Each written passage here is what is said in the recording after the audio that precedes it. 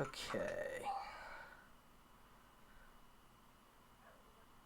Make sure. Okay, cool. Let's see. Go to my projects. So I created a new project for this. I am gonna go ahead and do Marvin Martian from Looney Tunes. I was actually thinking like any sort of old cartoon character or something would be probably a good choice.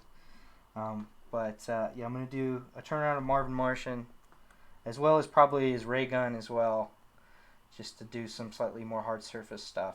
And I'm primarily gonna focus on showing you guys a couple different methods for modeling in general, but also just in this case from an image. So you have a couple different ways you can do it. Because with anything in Blender, there are a bunch of different ways you could go about doing stuff. Some are more efficient than others, and some are more advanced than others. Okay. Everybody ready to get rolling? You guys all set?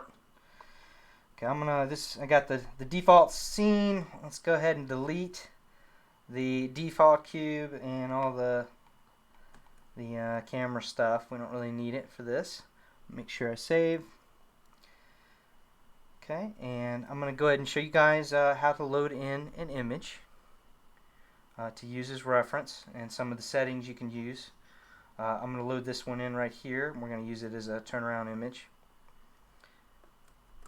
Okay, so for last time we went over this, and most of y'all are probably aware, but Shift A is the Add menu to add stuff to a scene, or you can go up to this panel up here, Add, and drop down. There's a whole bunch of choices, and one of those choices is images. And we got a couple different types. I'm going to go ahead and load in, really it doesn't matter. I think for this we just need, to be honest, I can't even remember totally the difference between the two, because I hardly ever use these for anything except for this. So as a matter of fact, there's actually an alternate way, which is more useful in most cases, is Blender has a bunch of built-in add-ons. You don't have to actually go out and find them anywhere. They come with Blender. They're just not enabled by default. And one of those is images as planes. And this is often more useful than using the built-in reference image thing for certain situations, like if you need an image that will actually show up. In this case, though, because this is a reference image, we do actually want to use this, because one of the benefits of it is that by default, if I did add a camera back in, it won't render it with the scene. So if I go ahead and hit render, this shouldn't render. Hopefully I'm not lying. Yeah, it's not even noticing it. Let me put if there's anything in here. Shift A, add a mesh. And also I need to set this as the active camera, which, by the way, there's a couple different ways to do that. There's the 0 on the numpad.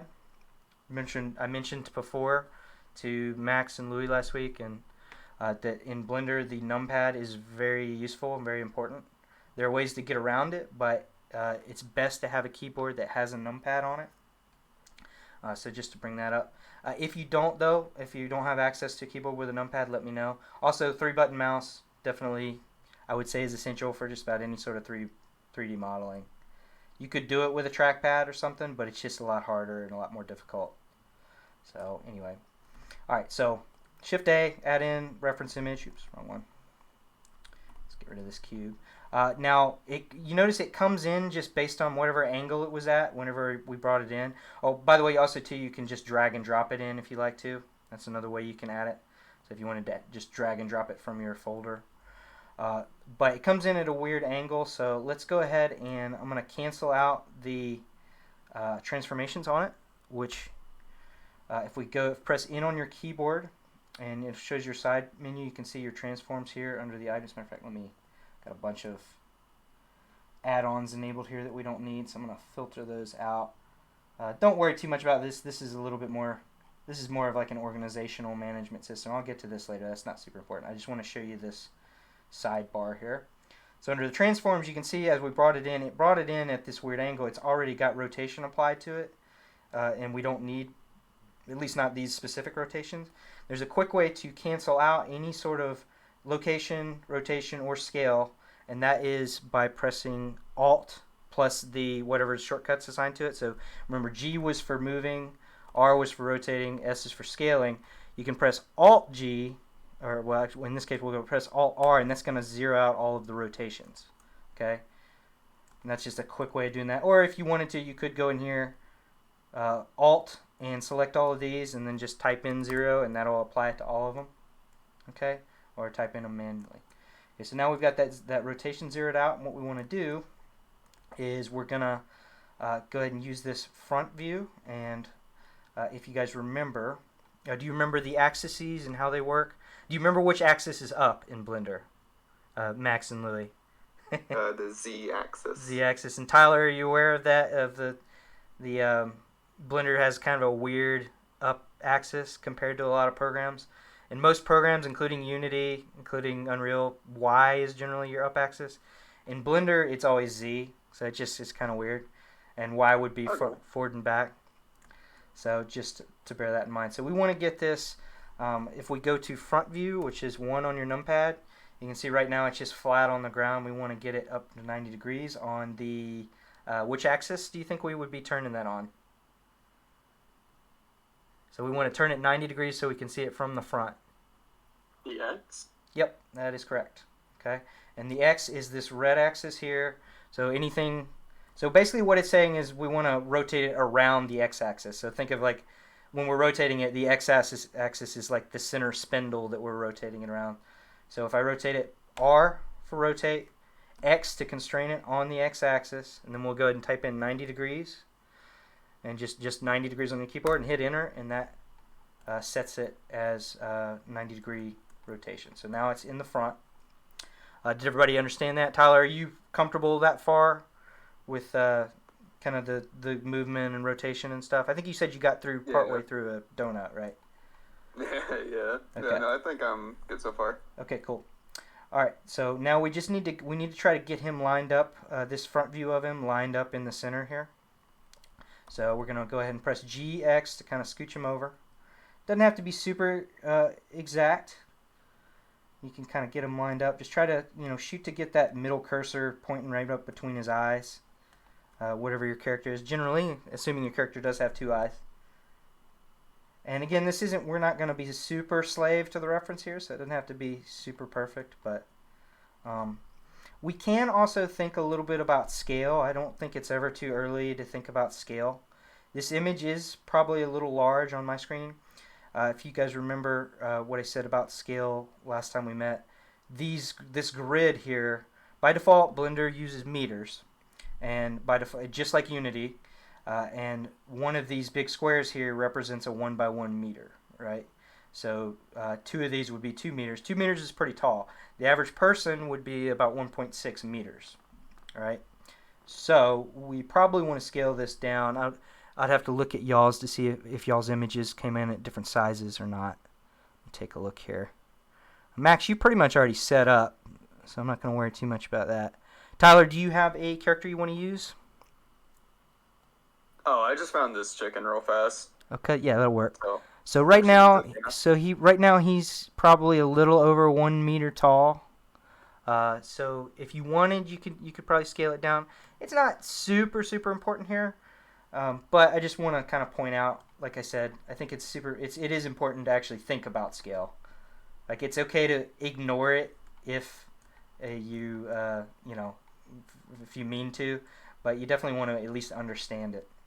So my guy here, I need to scale him down, but by default, where its pivot point is, it's going to scale towards this center here, to where this guy is, and it'd be a lot easier for me if it was scaled towards this guy here. So we can actually set the orientation of how we want to scale it using this option, drop-down option at the top of the screen here. By default, well, actually, I forget if it's default. I think it's default on bounding box, which is just going to be the center of whatever selection you're doing. But right now I've got it set to individual origins, which is going to scale it based on the origin of this object. Because my 3D cursor right here is set pretty much exactly where I need it to be, I'm going to go ahead and switch this to 3D cursor, and we're going to scale in relation to that. Let me look at y'all's and see if it would be the same for you. Let's see. Yeah, Tyler. Did you understand what I meant about the orientation? Yeah, I think my 3D origin for the thing is not in the center though. Okay, here, actually, let me start this a minute real quick. Yeah, let me look at your screen. Yeah, okay, so for snapping, you can snap your 3D origin back to the center of the world by pressing Shift-S. Press Shift-S, and then look to the bottom left. There's a cursor to world origin. That's going to snap it right back to your origin there. Okay, cool. And then you can go to this drop down at the top of the menu, and that's going to give you one of the options is going to be 3D cursor. If we select that, now when I go to scale this guy, it's going to scale in relation to that 3D cursor, which I actually moved my character somehow in all that. I guess Okay, I gotcha. wasn't paying attention, so let me move this back over here. So now when I scale him, it's going to scale in relation to that cursor, so he stays where I want him. Go back to front view. And again, front view is 1 on the numpad. 3 is side view. We'll be switching a lot between those. Probably won't really be using top view, but if you know, top view is 7, bottom view is 9. You can also, one thing I don't think I ever mentioned before is you can actually, if you want to go to, say, back view, you can press Alt 1, and that will, or no, is it Control 1, and that'll do the reverse. So 1 is normally front view, but you can press Control 1 to go to back view. Same thing for, like, side is usually, I think that's left, from the left, and you can do the other side by Control plus the 3 key on your numpad as well. Okay, I know it's a lot of hotkeys, so if there's one you can't remember, let me know and I'll refresh you on it. Okay. All right, so let's. Is everybody good so far? Yeah. And and also I need to. Forgot to start my timer. I'm gonna try to shoot again for 25 minutes. We'll take a 5-minute break and then we'll do another 25 minutes. Okay. And then if y'all for the last session, whenever we were manipulating a box's scale, at one point we moved the origin of the box to the world cursor. Could we do that with this so that it scales? Yeah, sure. Center? Yeah, if you want to. That's another option about it. In this case, because we've already got the 3D cursor set, remember we can use that to also set the origin. You can. Let's make sure although it's weird it is weird, I will say it's weird on these kind of reference objects. It works kind of differently for some reason. I don't know why, the way they do it on here. So it may not work the same way on these reference objects. I think you have to actually use this little, on the right in the properties here, you see this little picture icon. That's kind of its specific data for this type of object. It's just not the same. Like, you notice if I right-click on it, there's not a set origin. Let's see although, actually, well, it seems to be working. Let me see if it works here. Yeah, see, when I tried to click on set origin to 3D cursor, it's not working. And that's something specific to these image type objects as well as the empties. Empties are a little funky like that as well. So just bear that in mind. Most other objects you can set the origin like normal. This one, what might be better to do is actually change this offset manually and shift the offset. And now, notice this orange, that's our pivot right now, right there. Oh, okay. Now the pivot's right. Did that make sense? I know that's a little confusing. It did. So what did we do at the beginning instead? Were we... I just lined it up kind of by eye and then used the 3D cursor to control how we scaled it. So, because like these orientation, like here I'll give you a couple examples. Let me know if I'm going too far off base though. Okay, I don't want to get too much on a tangent. So this drop down controls how your orientation works. So by default, any sort of operation you do has some sort of orientation. Notice right now it's moving when I scale it. It's moving in relation to where I have the 3D cursor. If I change this, back to bounding box, now it's going to scale in relation to just the general overall space that it's taking up right now. Individual origins, that would be more if I duplicate this mesh, I have 2 of them, and each of these objects has its own origin, right? But if I have bounding box, when I scale, it's going to scale kind of towards the center of the selection between those 2. But if I switch this to individual origins, now it's going to scale each of those individually. Does that make sense? Okay. Yeah, it does. And then active element, notice how these are 2 different colors. And by the way, all this is very important to pretty much everything we do in Blender. So this isn't a total tangent. This will be very important as we get into modeling as well. So notice how one of them is kind of a light orange while another one's a dark orange. Let me go ahead and I'm gonna duplicate it again, so we have multiples. So when I go to select multiple, if I hit hold Shift, select this other one.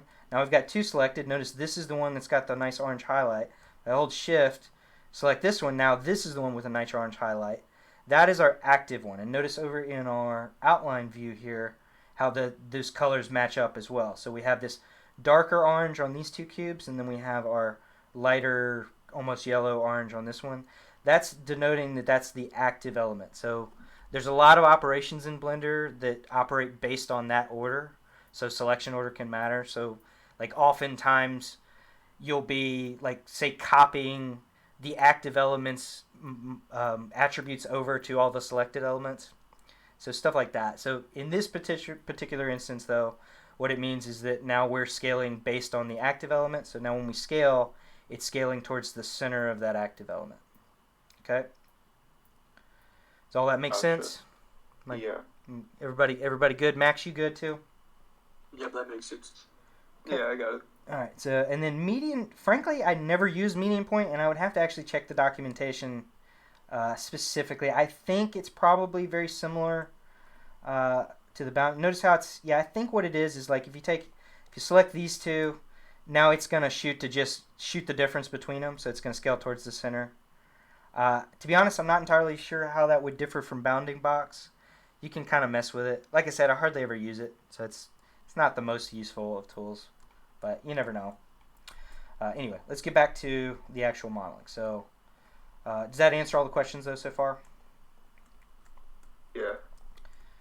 Okay. All right. So I'm going to select these all and delete them with the X key. Okay. And so let's talk about how we're actually going to. Well, actually, no. We need to go ahead and get a side view for this guy as well. So I'm going to go ahead and select our object. Let's go ahead and name it. You can double click it. Excuse me, in your outliner.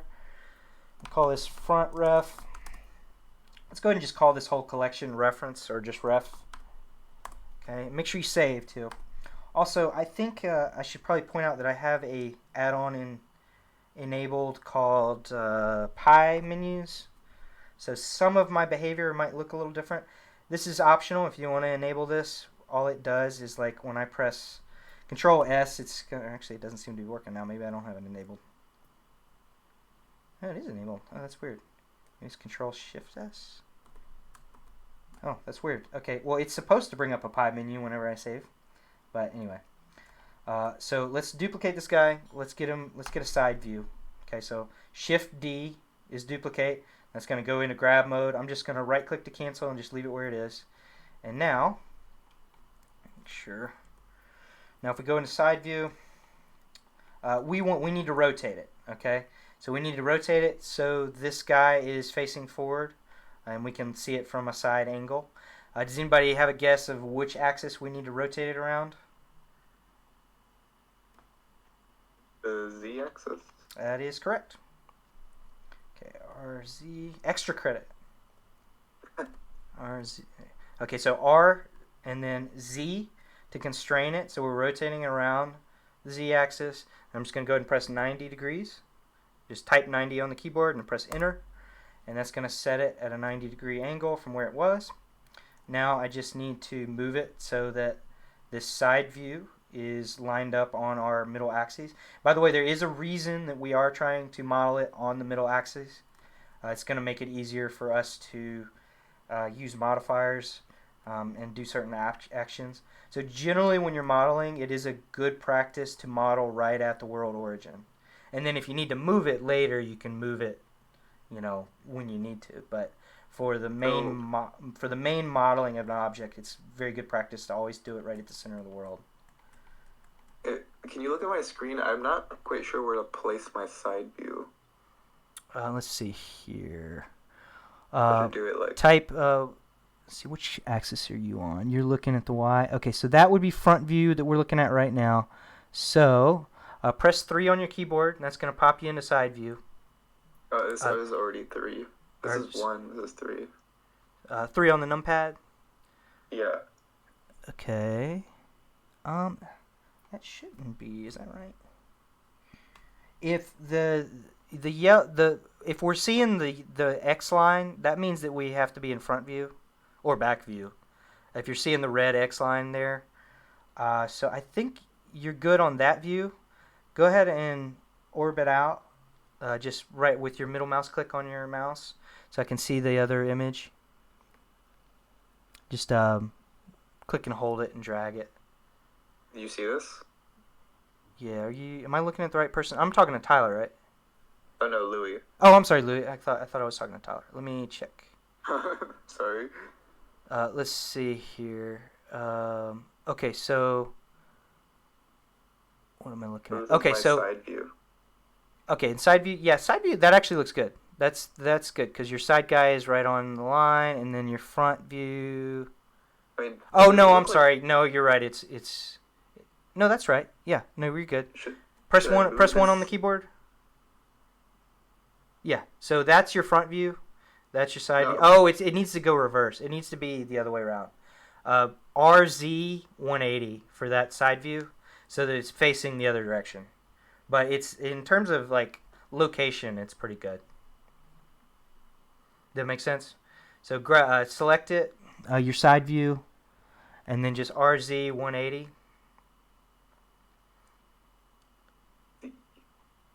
Yes, it's pointing that way.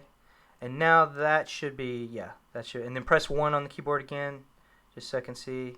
Yeah, I'm pretty sure that's right. We can always fix it later. It'll be easier once it's, as long as they're in the right orientation to each other, we'll get through it. What I was also asking about though is like, does this need to go, like, oops. No, not from what I can tell. You've got it lined up so that his legs are basically right on the line, so I think that should be good. Okay. And like I said, it doesn't have to be exact. It's more of a reference than anything. Also, too, there is one thing you can do, though. We can go ahead and move the side view. Select the side view image, you guys. Let me grab this. And just move it out of your way a little bit on the... oh, wait, no, I'm looking at the... Sorry, now I'm turned around. 3. So, yeah. Okay, so... Let's just go ahead and get our side view kind of out of the way a little bit. I'm going to move it over on the x-axis. And actually, I need to rotate mine as well. So RZ 180, so that's good. And then G. And also, too, if it helps, you can go ahead and bring in a monkey head. By default, that'll be facing forward, so you can kind of see. Because that's one of the things I don't like about the way this gadget is set up here. It doesn't really give you. It's a little hard to read that sometimes. So which direction is which? So the monkey head will give you a good direction of like what is facing forward and what's not. Let me get my guy set up. GY. Let's move it back. And I'm just going to get it kind of roughly set up here. And I'm just moving it off of the world origin just so it's out of my way modeling. I'm going to do the same thing with the front view. I'm going to move it back a little bit in the Y. And the main thing just be so I can see it in front view when we press 1 on our keyboard. And I can see it in side view when we press side on the keyboard. Does that make sense? Yes. I have a question. Yeah, go ahead. Actually, what was the keybind for changing the pivot point again? Changing the pivot point? Okay, so there are a couple different... It's not super straightforward on changing the pivot point. There's a couple different ways. Number one, if you just need to set it wherever the 3D cursor is at the current moment, like if I moved it here by pressing shift and right click to move the 3D cursor, I can right click and then set origin to 3D cursor. But also too, if you want to actually move the cursor more manually, there is this under the tool menu if we're in object mode, which by the way, does everybody remember the difference on the modes and how the modes work? Tyler, are you familiar with how the modes work? A little. Excuse me. A little bit. What about you guys? Do you remember kind of what we went over with the modes? The object and edit mode? Yeah, object versus edit mode. We haven't really talked about all the modes, but mainly just the fact that you can switch modes. And object and edit are the main ones we're concerned with. Okay? And that's in this top left-hand corner. We got the drop down. So to change the origin, we do need to be in object mode actually. So make sure you're in object mode, and then under your side view menu here, or your sidebar menu, whatever you want to call it, under tool, there's an option to change what transforms are being affected at the moment, and one of those is origins. So I actually like to right click, add that to my quick favorites menu, which shows up when I press Q on my keyboard. Okay, so again, under the tool menu on your sidebar, there's a checkbox here that says origins. Now, if I press G to move, instead of moving the whole object, it's going to move just the origin. Okay. That's right. I already set that up too. Yeah. And when I press Q on my keyboard, because I added it again to my quick menu, to my quick favorites. Now when I press Q on the keyboard, it shows up as one of the options there. Just a little quicker way than having to go to this side menu. So I can toggle that on and off. And then all of your main movement and rotate functions work with that when it's enabled. So just make sure when you're done, though, to disable it so that you're, generally you don't want to have that enabled. But so say if I want to move this up a little bit, and actually just, Tyler, are you familiar at all with snapping? Just for a quick refresher for you guys too. How to snap to things? Not really. Could you show that? Sure. And I'm sure you guys could probably use a little bit of a refresher on that too anyway. I'll try to make it quick. So right up here along the same menu here that we have these pivot point orientation things. We've got transform orientations as well. Won't worry about that right this second. But right here where this little magnet icon is, that is our snapping right here. And see there's a number of options. The main ones we're going to be concerned with though are these top 4 right here. Okay, and in this case, what I'm going to do is I'm just going to select Vertex. And what that's going to do is whenever I enable snapping, it's going to snap to vertices on our mesh. And Tyler, are you familiar with the difference between what a vertex is, what an edge is, what a face is? Yes. Okay. So the reason I enabled that is I want to move this origin to where maybe it lines up right here. So I'm going to Z to constrain it on the Z-axis because I just want to constrain it to where it's moving up and down. But then I want to line it up with the level of this little notch right here on the front of his head. So I'm going to press Control while hovering over that. And see it's going to try to snap to whatever I'm hovering over. The vertices that I'm hovering over because I specifically selected vertices. So I'm going to snap to that. So we're snapping there. I'll go back over it later when it becomes more relevant to the modeling itself. I just kind of wanted to point that out there. Is that Max? I think it was Max who answered the question originally. Are you good on that now? Yes. Changing origins. And again, too, like I said, you can also just use your 3D cursor. Shift right click to move your 3D cursor around, or Shift S to move it back to the world origin.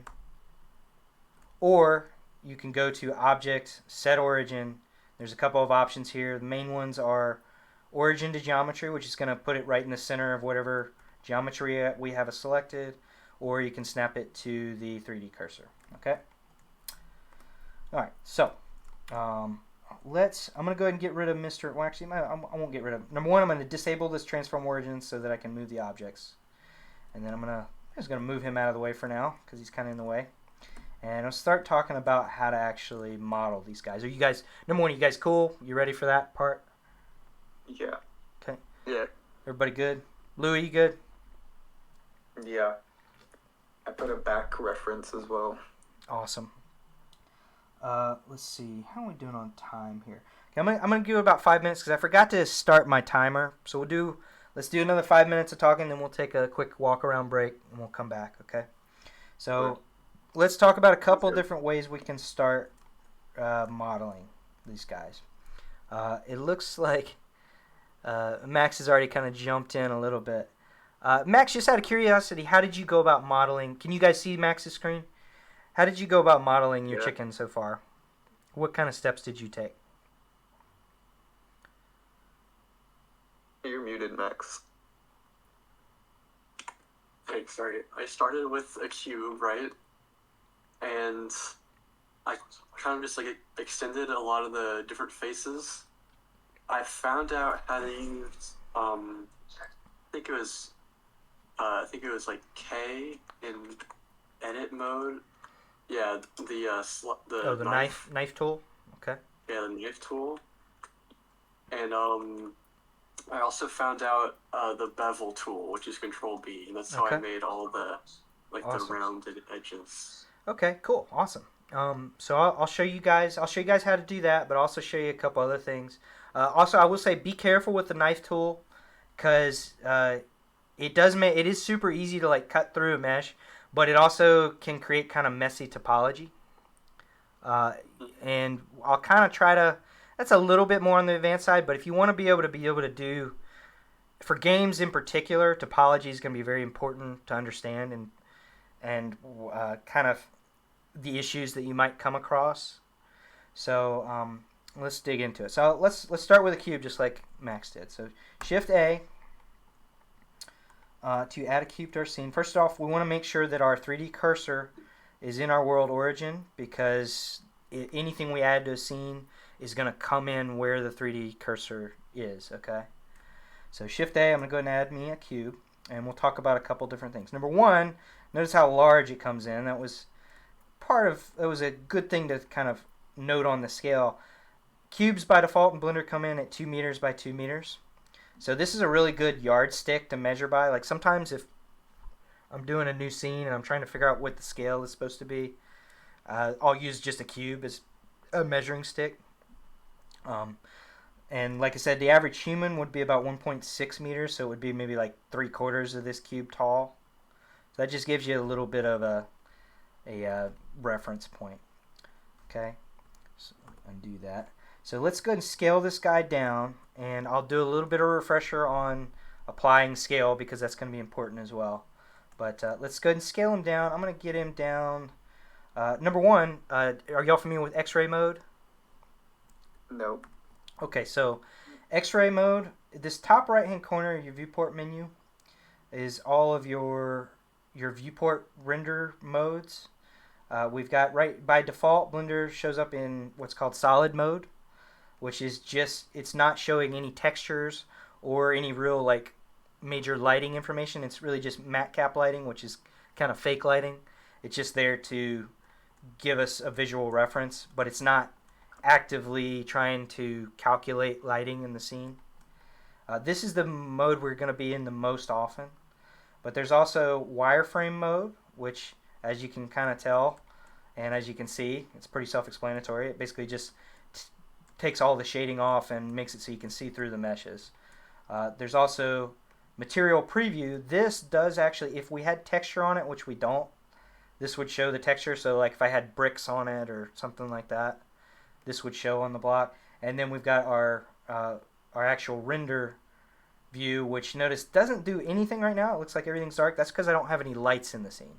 This render view needs some lights to be able to calculate lighting. So if I added in a sun, now all of a sudden you can see a little bit of light in the scene.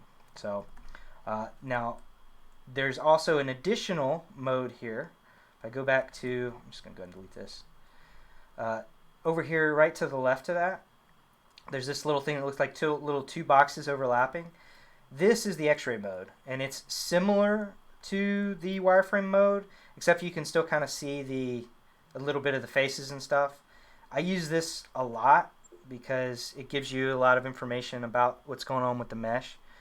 For instance, like if there's errors with the mesh, like you've accidentally got duplicate faces or something, it can be a little easier to see it in wireframe. It's also useful for selecting. So the reason I wanted to use X-ray mode is so that I can see through to this image. Oh, also too, something I didn't note on the images. We can actually set these images in our, if we select one of them and go over here to this properties menu on the right, you can actually choose what views to show it in. Notice there's these checkbox that say orthographic and perspective, and right now they're both checked. If I turn perspective off, all of a sudden the image disappears. Same thing on this one. I turn off perspective, it disappears. But then if I press 1 on my keyboard or snap into an orthographic view, Louis and Max, do you remember how to do that from last time? Using your mouse and just the Alt. Yeah. Yeah, like you rotate towards a view. Tyler, are you familiar with how to do that? No, actually, how do you see that menu you're on? So let me see. Let me make sure I'm on your screen. Let's see. Okay, so on the bottom right-hand corner of your interface, you see that's your properties box. Yeah. 3/4 of the way down, there's one that looks like a little photo. That's Okay. your actual data for whatever object you have selected.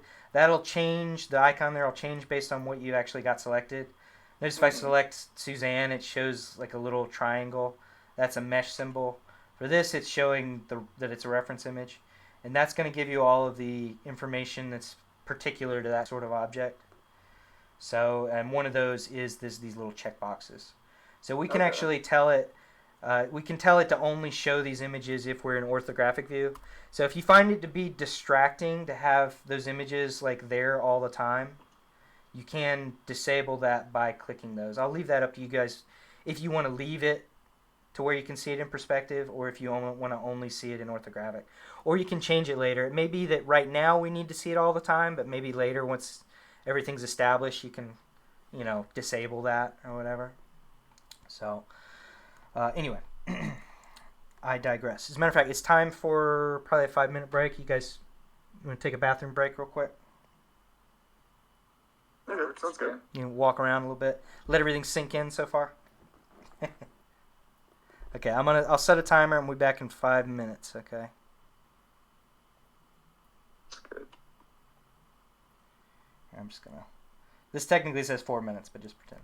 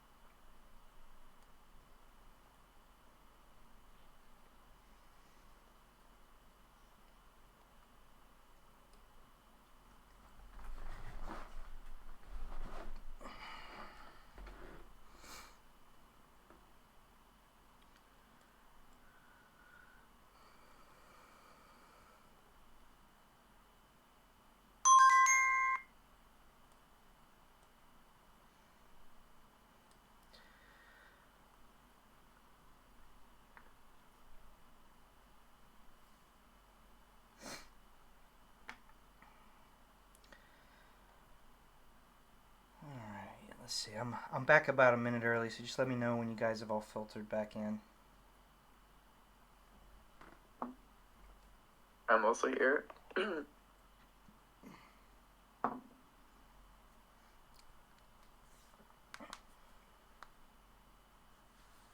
I'm back. Okay, awesome. And Tyler, just let me know when you're in. Or like, that's stupid, I guess, if he's not here. Hopefully he'll let us know when he gets back.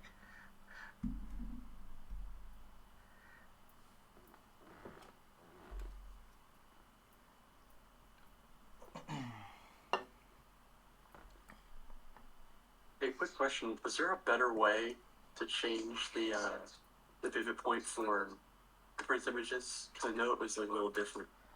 Yeah, for these, it's pretty much just this side panel. You can change the offset. And I think you can actually manually change it. Let's see. Transform origins. No, actually, that won't do it. Yeah, that's... Like I said, I don't know why it's like that, honestly. If you prefer, like I said, you can use the that add-on I mentioned. Because then it's going to act more like an object. And that is, if you go to your add-ons in your preferences, which... By the way, you guys know how to get into your preferences and do add-ons and stuff, right? I haven't yet. Is that okay? So window. Let's see here. So edit preferences. It's going to bring up your preferences menu, and then add-ons is going to be in this middle portion right here. And then, and like I said, Blender comes with a number of very useful add-ons actually built in. One of them is images as planes. And that just allows you to import it's pretty much exactly what it says.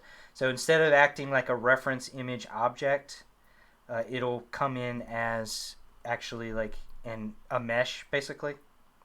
So let's see here. File, import, images as planes.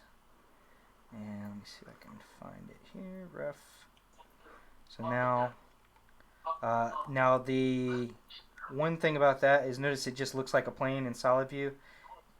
It should, yeah. You'd have to be in material view to actually see it. So that's kind of a downside for this. But it is going to act more like an object, and you can actually move the pivot and stuff. In terms, I would have to, there might be another way. As far as I know, there's not, though. It's pretty much, let me test. And notice you can't really go into edit mode on these either.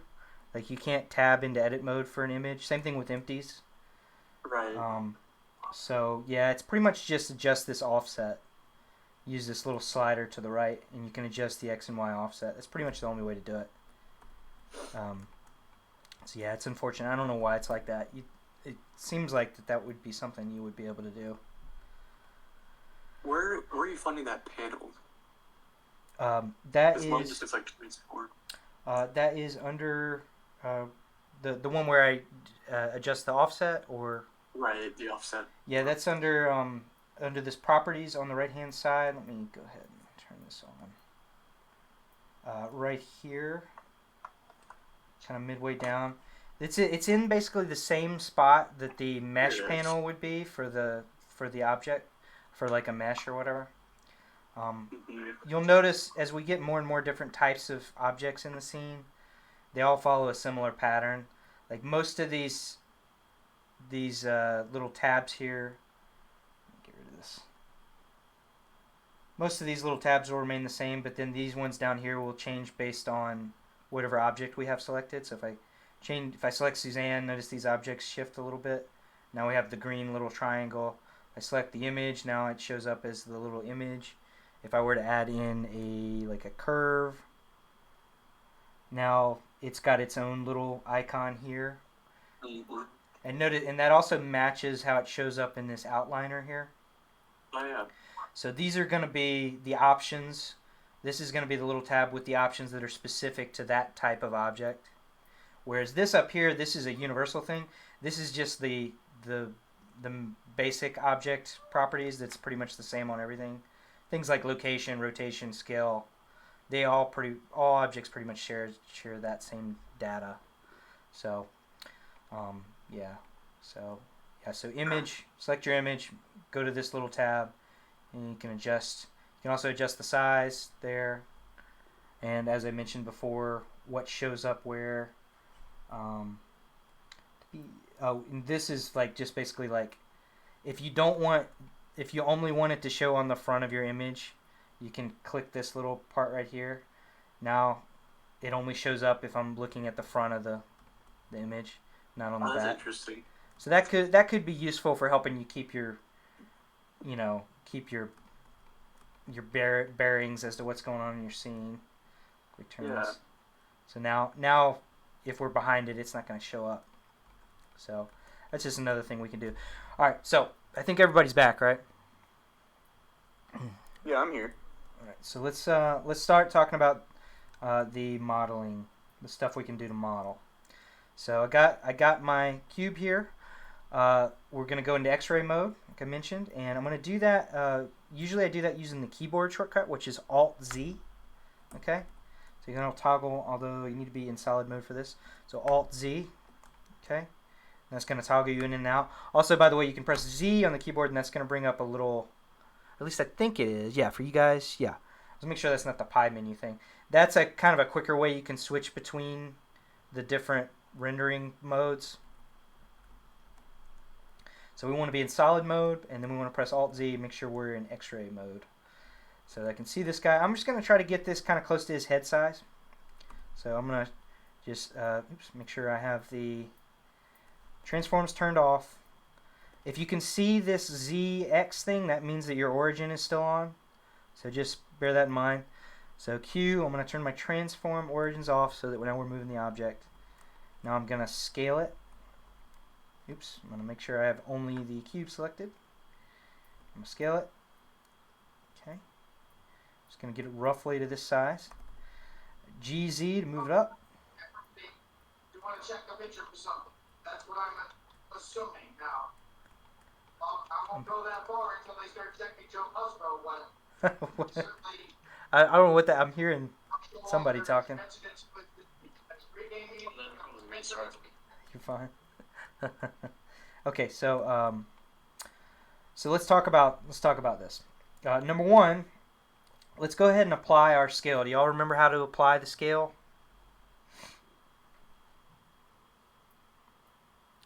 Louis or Tyler? With S? Not quite. Or no, not. We need to apply it, so we need to set it in stone. Like right now, it says 0.2220. We need to get that back to 1. So basically what that's saying is, remember the object, Tyler, just for you, the object has a different set of information. The object that we're seeing right here, this is a wrapper for the actual mesh inside of it. And those two have different sets of data associated to them. The object has all your transform, rotation, and scale data. But as of now, that data is just... I don't know if you may have to go back and look at the video because I explained it a lot better last session.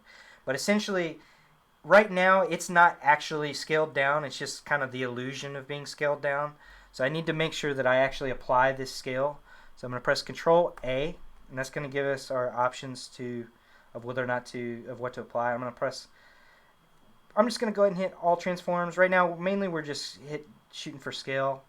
And now if you look over here at this scale menu, now this scale all says 1, which means that the scale has been applied to this object, and it's basically what it's doing is it's applying it to the mesh inside of the object. Trying to think of a quick way to explain this without having to go through the whole demonstration that I did for you guys last time. Louis, do you kind of remember, like, is all that still pretty clear in your the way I explained it last time? I know, Tyler, I'm pretty confident that it's not that clear the way I just explained it, but I don't want to get bogged down in it right now. Just if you run into weird scale issues later, let me know and we'll talk about it some more.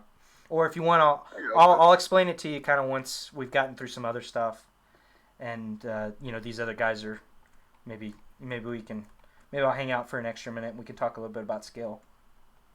But in the meantime, I want to get back to the object stuff. Okay, so let's talk about actually... Sorry, go ahead. I forgot how to do bring a cursor to world origin. Okay, let's see. So, Just like really quick, that's fine. So you forgot how to get the 3D cursor to world origin? Yeah, what's like the pie menu? Shift S. Shift S. That brings up all of your kind of reset snapping stuff. So you got selection to cursor, cursor to selected. We'll use it a lot. I'll bring it up a lot. But then cursor world origin is what we want to get it back to, right back to square one. I'm gonna go ahead and apply. Notice also too right now where the origin point is. If I press Control A and apply location, notice now where the origin point is. Did you guys see that? So like, I'm gonna undo that. So by default, the origin point comes in at the center of this cube. And then when I moved it, I moved the cube. But the location hasn't been applied yet. So you can see that on the Z-axis, we've got this decimal number here. If I press Control A, that applies the scale. Control A and then select location, excuse me. Now it's zeroed out my location.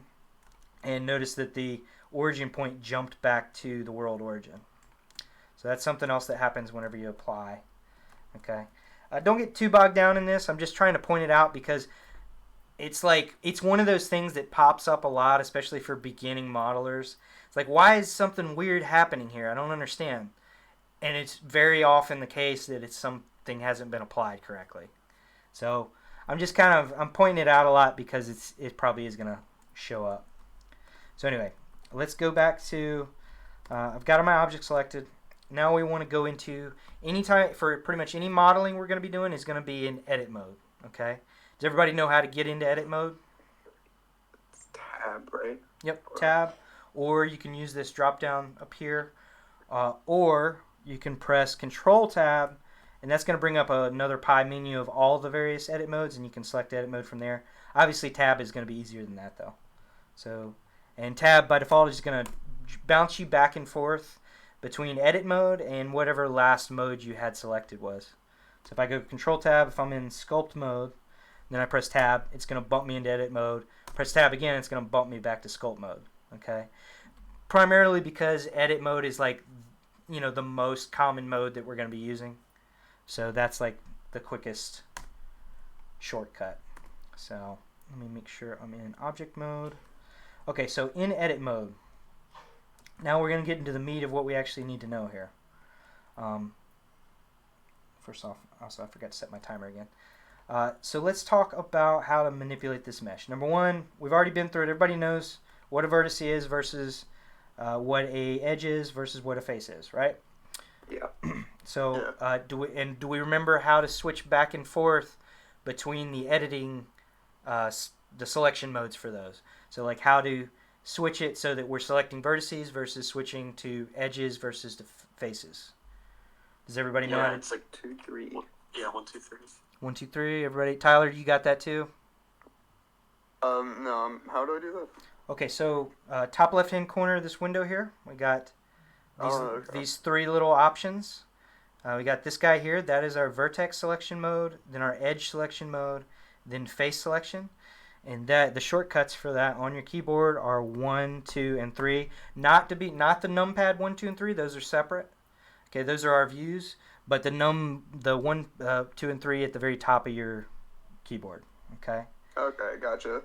So we're going to be switching a lot between those three to do our modeling. So right now I'm in vertex mode, which is 1.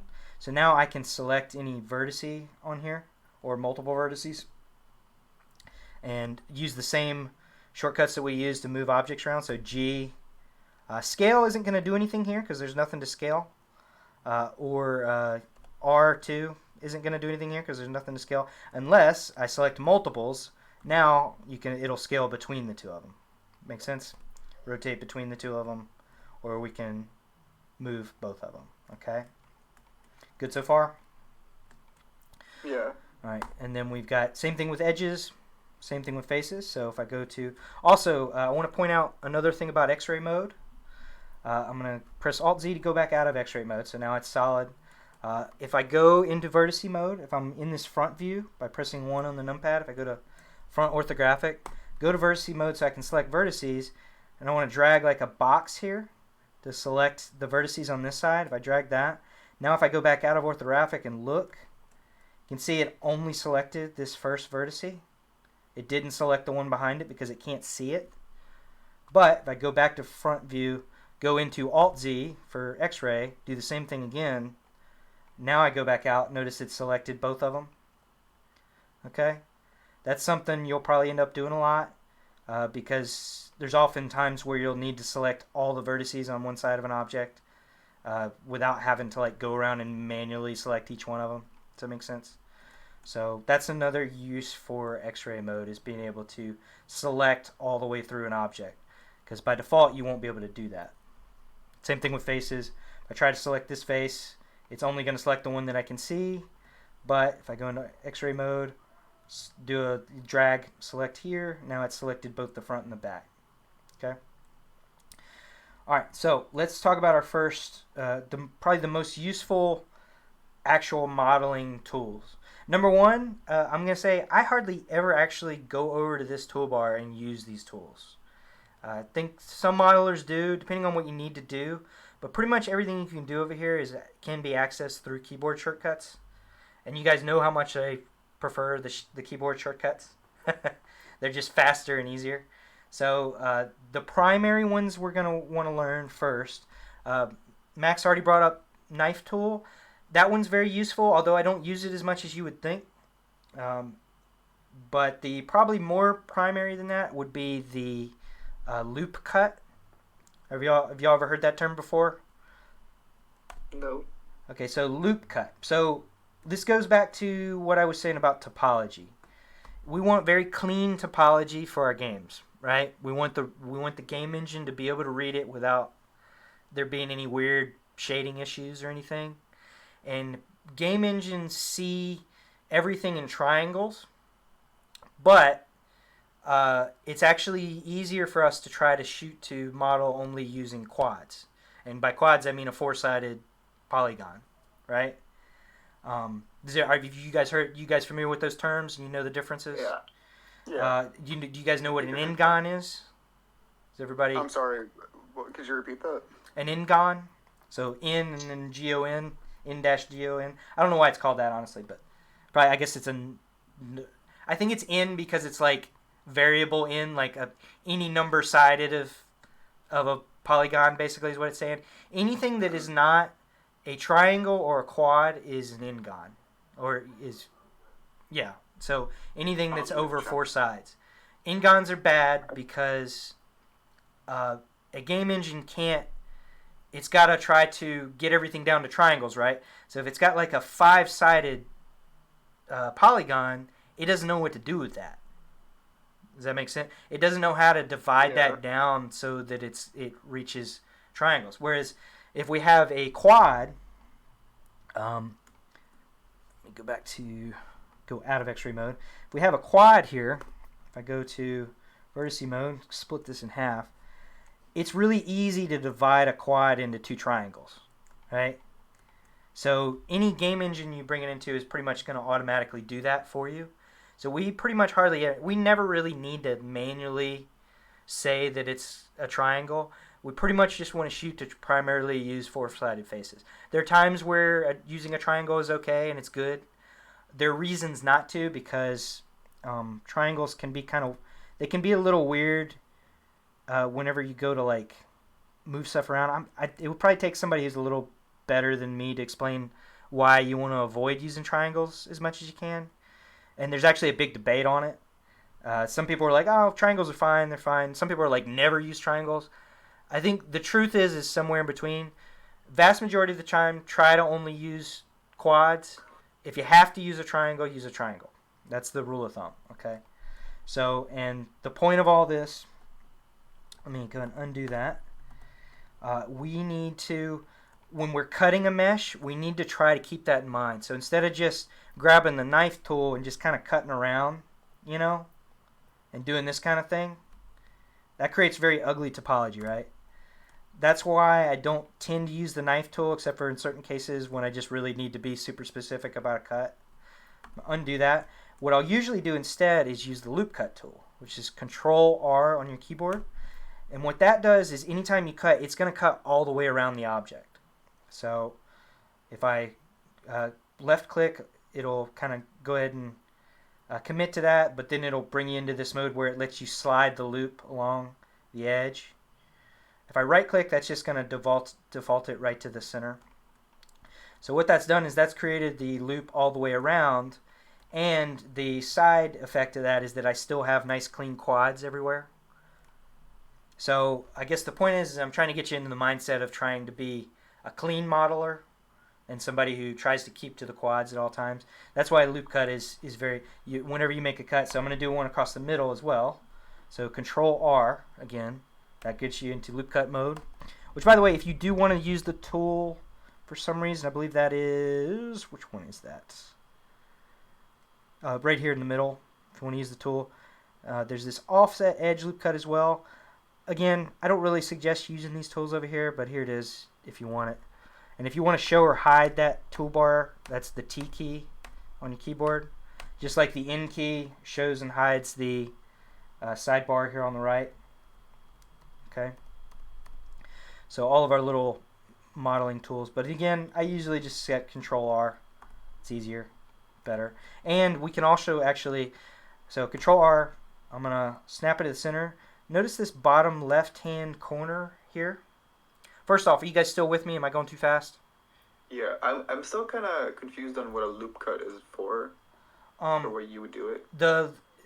All it is it's just, it makes a cut that goes all the way around the object.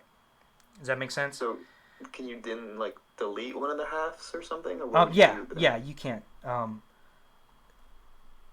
I guess just for right now, just trust me that it is a better way to go about it than trying to use the knife tool most of the time. And I'll try to, as we get farther along, I'll try to kind of enforce why it's more important. Like for instance, okay, here's a good subdivision. Okay. Subdivision is a big thing. Polygons, the more polygons we get in the scene, right, the more computing power is being used up by the computer, right? I mean, that makes sense, right? So the more detail we want to get, the more polygons is going to end up being in the scene. So often what we do is actually fake that detail by subdividing a mesh. And it's hard to subdivide a mesh that has a weird number of polygons. And just to point that out, let me go to my modifiers here. I'll kind of half introduce you to modifiers. Go to modifier. I've got a subdivision surface modifier. And anytime you see subdivisions, like a really common overall term for all different types of 3D, all it means is like basically it takes that one four-sided face. Let me see if it'll show. And cuts it into four times. Basically, it quarters it, essentially. So it takes, like, if this object here is a cube, it's got a single face on the front, it's going to cut it into four. And then if we turn our subdivisions up, it's going to cut it even more. So if I go, turn this back on. And notice also, too, if I'm using Catmull Clark, it smooths it out.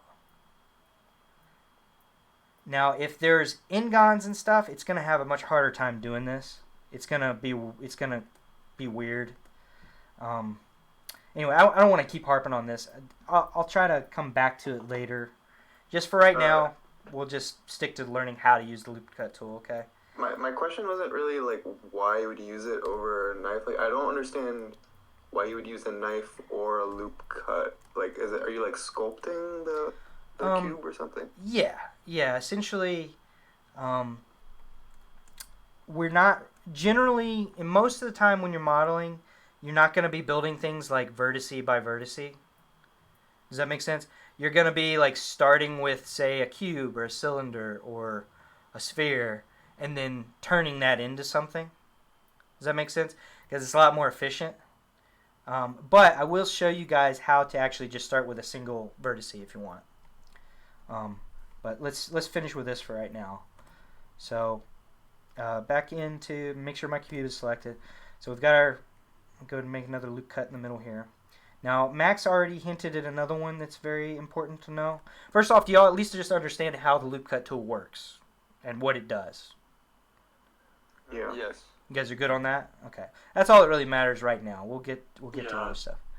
So, Max used, when he did his chicken, he said he used Extrude. Extrude is going to be probably one of the more common ones that you use as well. So what we want to do is select, usually we're going to be using that with faces.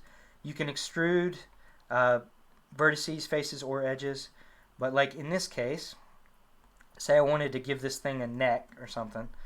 I'm going to select this top face here. I'm going to press the E key, which is the Extrude Tool, or that's this option over here on the menu. It'll give you a little widget. But I like to use just the E key. And what that's going to do is extrude out this face from wherever you've got it selected. Okay. And it's by default it's going to extrude it on the same along the same axis as whatever the normal of the face is pointed. And I think I covered this a little bit last time. Louis and Max, do you remember what normals are? Yeah, I remember you saying something about it. It's like a direction. Yeah, it's like an arrow. It's like a little arrow that shoots off from the face of the polygon. Tyler, are you familiar at all with normals? I'm not familiar with the term. So what it is essentially like, it's the direction that this face is facing. So the easiest way I can show you is to go in here and actually turn on the normals. There are also normals for the vertices and the edges themselves. The primary ones we'll end up messing with a lot of the face normals though. So if I turn this on, now you can see these little blue lines coming off of each one of these faces. That's indicating the direction of those normals. And why that's important, at least for our purposes right now, is just an understanding that that's the direction that this extrusion is moving in. There's also, that is one of the transform orientations we could use if we wanted to. So just don't get too bogged down in that, but the... Okay, no, that makes sense. You got it. Also, normal mapping. Y'all probably all heard of what a normal map is. Have you?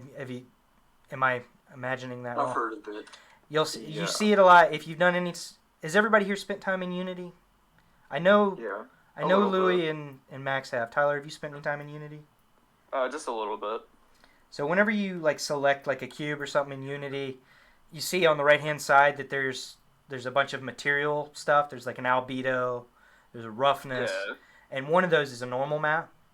And a normal map, that's a bump map that you can create in a 3D software that basically creates the illusion that there's texture on a surface, like three-dimensional texture.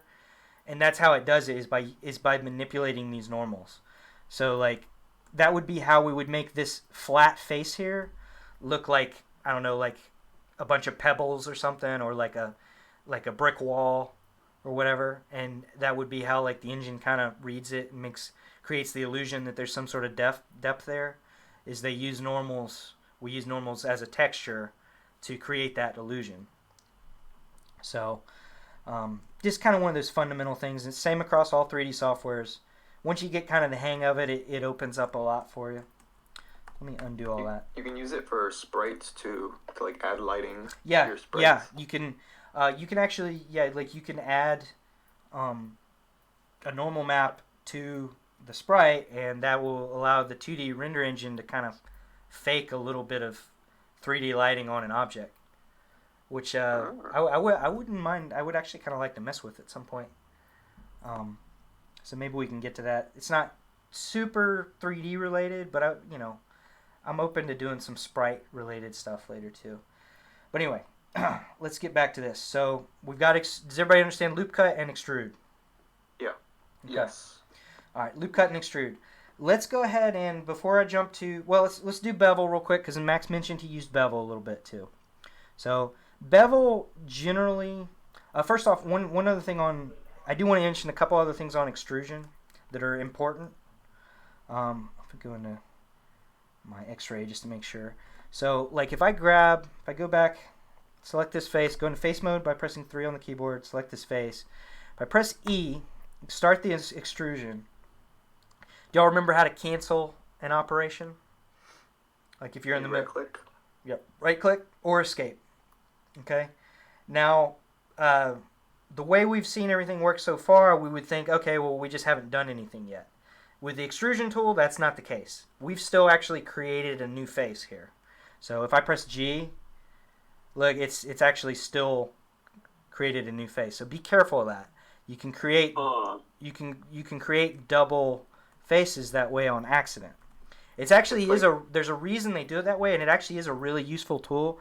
There's very often the case where you want to like create a certain type of, like, now that I've done that, I can actually scale this out, and now I have like a proportional scaling that I can use here. So that's kind of why they've left it that way, like so that you can cancel it and leave it right where it is. It's just so you can create that extra geometry without having to actually pull it all the way out, if that makes sense. So just my chicken might have a lot of double faces. Yeah, just be careful. That's another thing you can, if I undo this, that's another thing that the X-ray mode can be a little useful for, is sometimes it's, well, it's not really proving my point here. You can't really tell. You can kind of notice sometimes based on the thickness of these edges, the way they look, but even that's not really helping so much here right now. Although, unless, did I cancel it? No, I still got it. Another thing, if I go out of X-ray mode, let me see. If I go to face orientation, see if that helps. You can kind of see that there's a bolder line here, but it's not super obvious. What I'll show you is another add-on that's built into Blender that's really useful for this. So again, if you go to Edit, Preferences, go to your add-ons, and go to type in 3D dash. That's going to bring up this 3D Print Toolbox, which is actually built like it says for 3D printing to try to prep meshes for that. But it's actually a really useful add-on. So if I go over here, let me make sure it's on here.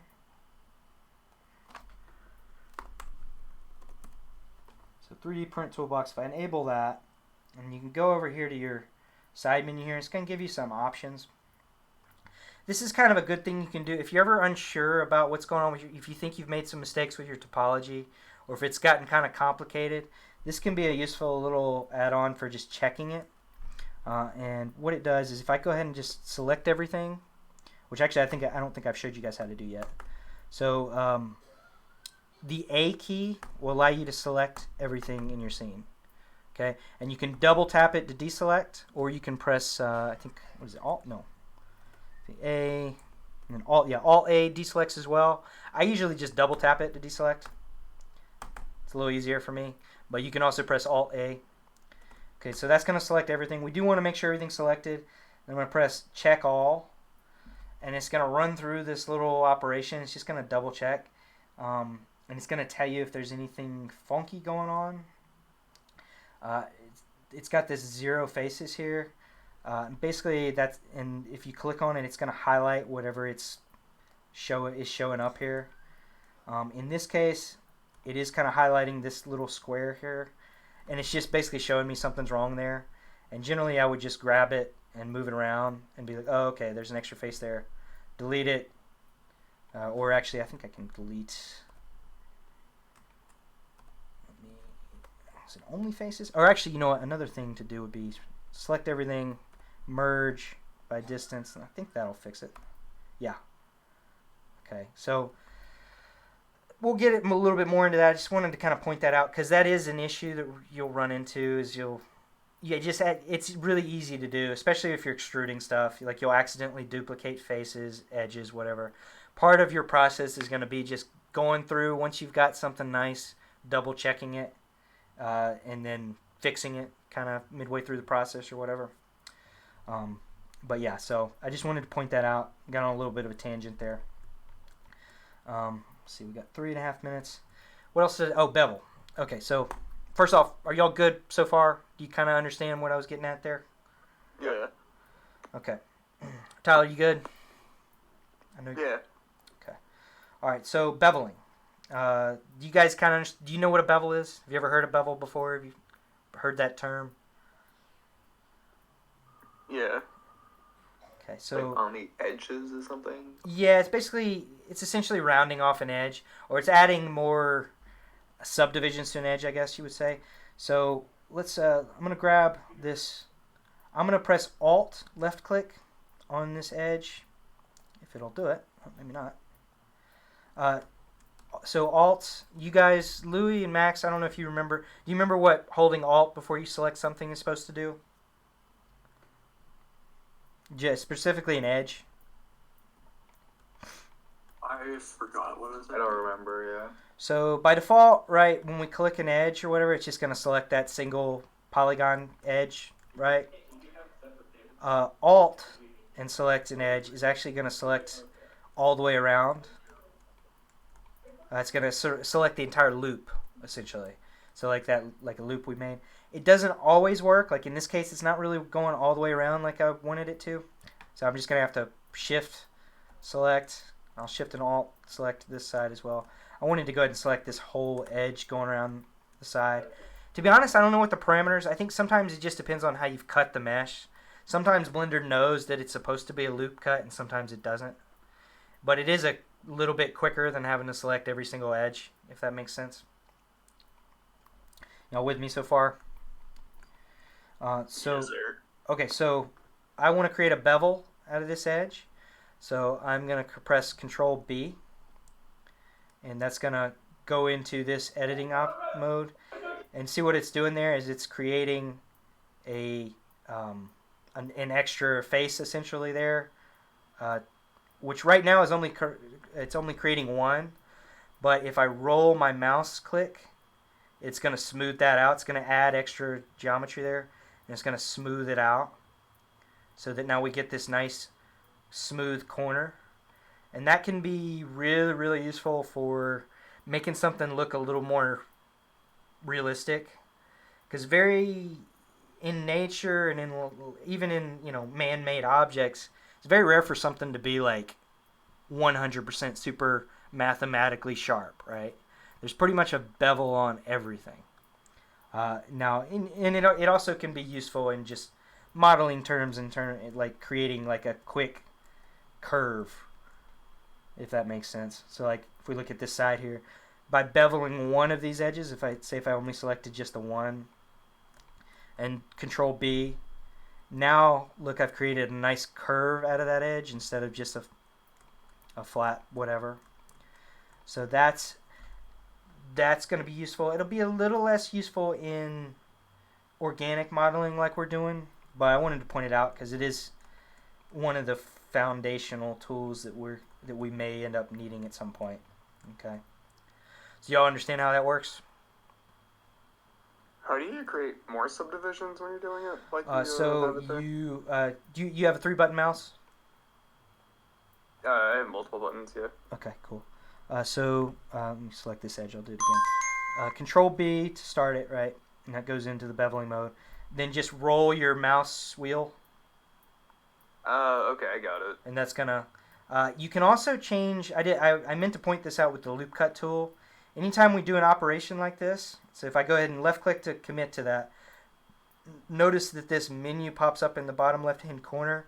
You can continue to edit after the fact with that menu. Just be aware that that's a temporary menu. It is going to go away once you go to do some other options.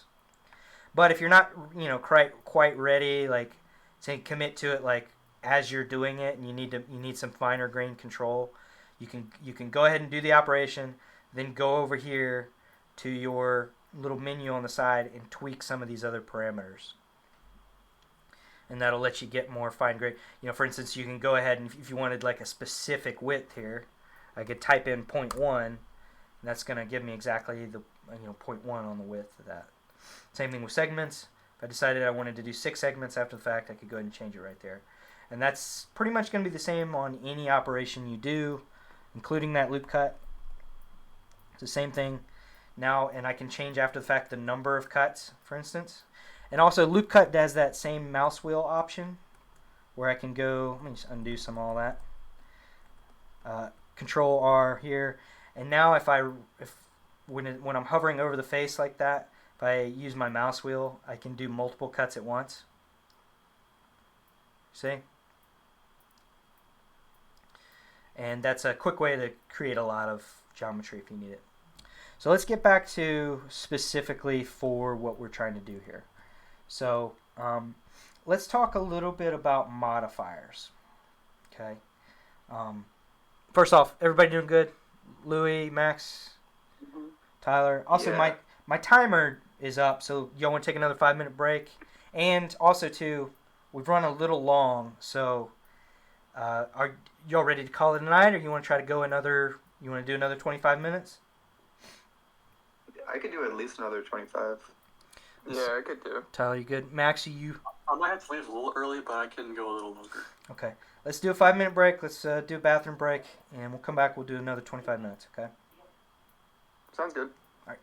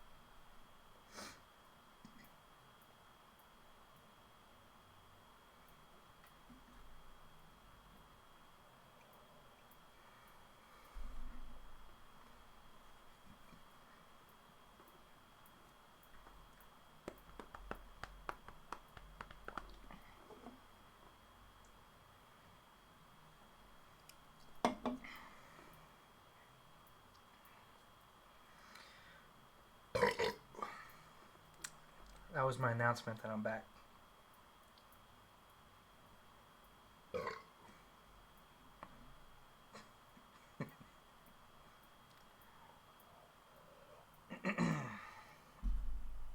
All right.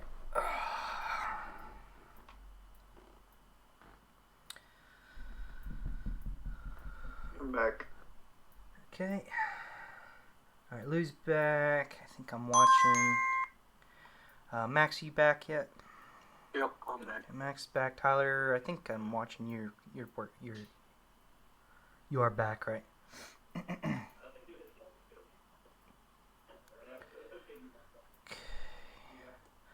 All right, you guys. So let's see if we can't get this to actually to where you guys can actually do something here.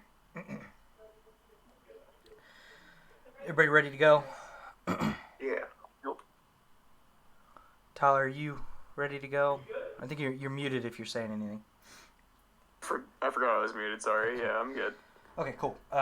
Okay, so I wanted to go ahead and talk about modifiers. So this is slightly more advanced, but I think it's probably an important thing. It's another one of those things that's kind of important to go ahead and get on your radar. So there's a big problem with all of the tools that I've showed you so far. And that is all that they're very permanent. Okay? So like when we make a loop cut, when we do a bevel, it's kind of, once we commit to it, it's kind of there, right? And that can cause some issues if we're still trying to figure the design out or whatever. That can be tricky. The great thing about modifiers is that they are not permanent. Modifiers are kind of like, they're like a previs of the final operation. So like for instance, bevel, I almost never use the bevel tool itself. I actually use a bevel modifier because the bevel isn't permanent and I don't have to commit to it right away. And beveling is kind of one of those finishing touches. You don't really necessarily always want to bevel right when you're doing it. And for this particular circumstance, I think the subdivision modifier, which I already kind of hinted at here, could be useful. It's something that I've used a lot for character modeling before. So let's show you that first. So I kind of halfway, in probably a pretty poor way, explained what a subdivision is. First off, modifiers. They're in where are they located? They're in our properties panel over here to this bottom right. Same panel that I showed you the reference image info in and the object info. Modifiers show up as this little wrench icon right here. Pretty much most objects, not every object is going to have modifiers, like things like the empties and the reference image like before don't have modifiers, but most other ones do. And what modifiers are is they are kind of like the name sounds, they're a modification you can add to the mesh to do something. For instance, I mentioned bevel was one. You can add a bevel to it and then change the bevel dynamically from this option over here, but that's not a permanent change. I can toggle it on and off. So it makes for what's called non-destructive modeling, which is something you're definitely going to want to get accustomed to because it just makes life a lot easier most of the time. You will need to kind of understand how to work with multiple modifiers at once and understand that they stack on top of each other. So in this particular circumstance, I'm going to go ahead and get rid of this one for now. I'm going to go in here. I'm going to take this loop cut that we made in the middle. I'm going to go into X-ray mode by pressing Alt-Z. Let's go into X-ray mode. I'm going to switch to Vertice mode. I'm going to select all the vertices on this side. Press X to delete. So now we only have half a cube. If I go back out of X-ray mode, you can see the interior of this cube is gone, or it's been cut in half, right? And the reason I did that is because I want to show you the mirror modifier, which is under this generate menu here. There's a mirror modifier. And I put that on. Now you notice that the half is back, right? That's because it's basically taking this side and it's mirroring it over whatever axis we have selected here. Does that make sense? Are y'all following along? Let me see. Okay, Yeah. So for those, I probably did that. Let me go back into edit mode. I'm going to undo that just to show you. One more thing about the loop cut tool that I don't think I mentioned. So let me just get rid of all that. I'm just going to grab a new, actually no, I won't do that. Let's grab this, delete this. I'm going to dissolve this edge just so I can make a point here. Okay, so when you do the loop cut, Control R, another reason, Louis, to use the loop cut tool is you notice it's snapping automatically to the center here. That's gonna create a perfect bisection. If I just cancel right now, if I right click, that's gonna pop it right back into the center. So that's how I got it, that loop right in the center. I don't think I pointed that out before. Do y'all understand that? Yes. How do you delete one of the halves again? I go into, basically we're just deleting geometry, so I went ahead and went into X-ray mode just so I can select all of these right here. So I'm on vertice selection, so that's one on the keyboard, and then I Alt-Z to go into X-ray mode. I'm going to select all these vertices over here on the right-hand side, or whichever side you choose, doesn't really matter. X, and X on the keyboard to delete, and then I'm going to select vertices. That's going to delete all those vertices. Okay. Alright, and then I'm going to turn this modifier back on. And the reason I did that is because that's going to save us time. Okay? So now, when I do a modification, now it's being done to both sides at once. Or, like if I want to move all of these vertices on this side, or if I grab like this and I want to move that over, it's being done on both sides at once. It's good practice to get into. It'll save you a lot of time. It's very helpful, yeah. Okay, so vast majority of the time I'm using some form of mirror modifier, or one that I use a lot is array modifier, which I can show you real quick. Won't always be as useful as mirror modifier. You'll use on a lot of stuff. Array modifier is really good if you need to duplicate, I guess, repeated elements. So like a chain or stairs or something like that. So array modifier, I'm not going to dig into all these options because it's not as relevant to this particular project. I just wanted to point that out. And notice how it stacks.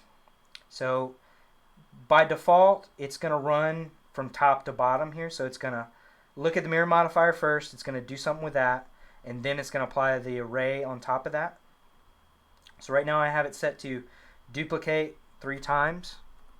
So basically it's taking this cube and it's duplicating it 2 more times, if that makes sense. In the x-axis right here, this factor x, if I turn that back down to 0, it won't look like anything's happening. It's just duplicating them right in place. But if I turn the y up, it'll duplicate them going on the y-axis. Same thing on the z, and you can do multiple at the same time. So, for instance, that would be how you would do staircase, essentially, like so. But if I drag and drop this above it, which really is not doing anything different this time. I guess actually it's because of the axis that it's on. Let me fix that real quick. Let's turn this off. I'm going to turn it back to just 1 on the X. Notice how now it looks a little weirder. Let's move the mirror modifier back up. So right now it's just duplicating the cubes along.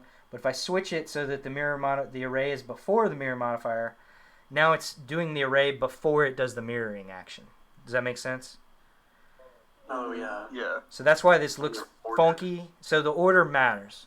You'll have to get used to. It's one of those things you kind of have to get used to. Is like, what should I have before what else? I would say just take it slow. Don't try to go overboard with the modifiers to begin with, till you get really comfortable with everything. But in particular, like I said, mirror modifier is extremely useful. I'm going to get rid of the array because we don't really need it for this project. I am going to go ahead and grab the subdivision again and show you a couple of things with that because it can be useful for this kind of thing. Notice when I put the subdivision modifier on it, by default it smooths this cube out into something closer to a sphere.